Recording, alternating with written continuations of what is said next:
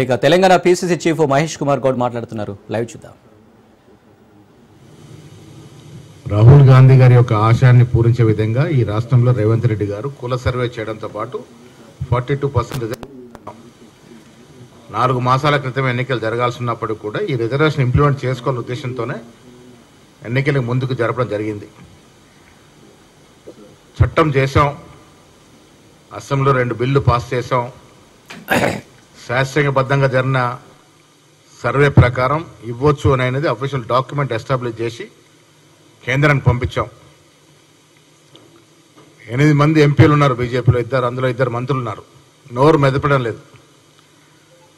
EWS reservation ఎప్పుడైతే ఇచ్చినారో అప్పుడే 50% cap డివేట్ అయింది. దానికి అనుగుణంగానే ఈ రిజర్వేషన్ ఇవ్వాలని కేంద్రాన్ని కోరుతా ఉన్నాం. వాళ్ళు ఇస్తే సంతోషం, లేదంటే ఇంకా లీగల్ ఆస్పెక్ట్స్ స్టడీ చేసి మా తపనంతా కూడా రిజర్వేషన్ ఇచ్చి ఎన్నికలకు పోవాలని. బట్ కోర్టు తీర్పిచ్చింది కాబట్టి దీని మీద సుదీర్ఘంగా కేబినెట్ మంత్రులతో, ముఖ్యమంత్రి గారితో మేమంతా దీన్ని చర్చించి తగు నిర్ణయం తీసుకుంటాం. కాకపోతే నిన్న గాంధీభవన్లో జరిగిన political affairs committee meeting, advisory meeting, vice president ప్రధాన కార్యదర్శి మీటింగ్ చాలా విజయవంతమైంది. చాలా విషయాలు లోతుగా పిఎస్సిలో చర్చించడం జరిగింది.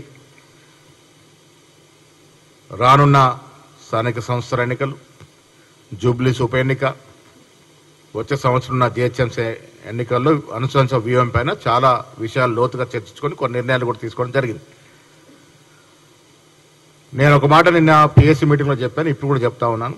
18 మాసాల కాంగ్రెస్ ప్రభుత్వం నా భూతో నా భవిష్యత్. తెలంగాణ గతంలో సమైక్య ఆంధ్రప్రదేశ్ చరిత్రలో మొదటిసారిగా గోల్డెన్ పీరియడ్ నడిచింది. స్వర్ణయుములా తలపించే విధంగా 18 మాసాల పాలన జాగింది. దానికి కారణం మేము ఎన్నికలకు ముందు ఇచ్చినటువంటి ప్రతి వాగ్దానాన్ని మెజారిటీ అంశాలు పూరించడం. దాదాపు 70,000 ఉద్యోగాలు కావచ్చు. నిన్న సాయంత్రం వరకు 9 రోజుల్లో 9,000 కోట్లు రైతు భరోసా కింద జమ చేయడం అంటే ఇదొక చరిత్రాత్మక నిర్ణయం. కాంగ్రెస్ ప్రభుత్వం వ్యవసాయదారుడికి, రైతుడికి వెన్నుముకగా ఉండి ముందుకు తీసుకెళ్తున్న సందర్భం. నిన్న జరిగిన పిఎస్ సమావేశంలో బట్టి గారు రైతు భరోసా కింద ఇచ్చినటువంటి నిధుల విషయంలో సుదీర్ఘంగా వివరించడం జరిగింది. 42% రిజర్వేషన్, కుల సర్వే, సబ్ కేటగరైజేషన్ జరిగిన తీరుతెన్నులు కూడా వివరించడం జరిగింది. దేశ చరిత్రలో ఎక్కడ లేని విధంగా ఈ రాష్ట్రంలో కుల సర్వే చేపట్టడం, 42% రిజర్వేషన్ ఇవ్వడం. నేను 18 మాసాల పీరియడ్ని గోల్డెన్ పీరియడ్ ఎందుకు చెప్తా ఉన్నానంటే ఇది ప్రజలు కూడా అర్థం చేసుకోవాలి. ఉద్యోగాల కోసమే తెలంగాణ తెచ్చుకుంటే బీఆర్ఎస్ పార్టీ ఎవరికి కూడా ఉద్యోగాలు ఇవ్వకుండా కేవలం కుటుంబంలో రాజకీయ ఉద్యోగాలు తీసుకొని ప్రజల్ని మోసం చేసింది. కానీ మేము అధికారం రాగానే ఇప్పటి వరకు దాదాపు 70,000 ఉద్యోగాలు ఇచ్చినామంటే, ఇంకా కూడా ఇస్తామంటే ఇది స్వర్ణయుగం కాకుండా ఇంకేమవుతుంది. ఆనాడు మహిళలకి ఇచ్చిన ఉచిత బస్సు మొదలుకొని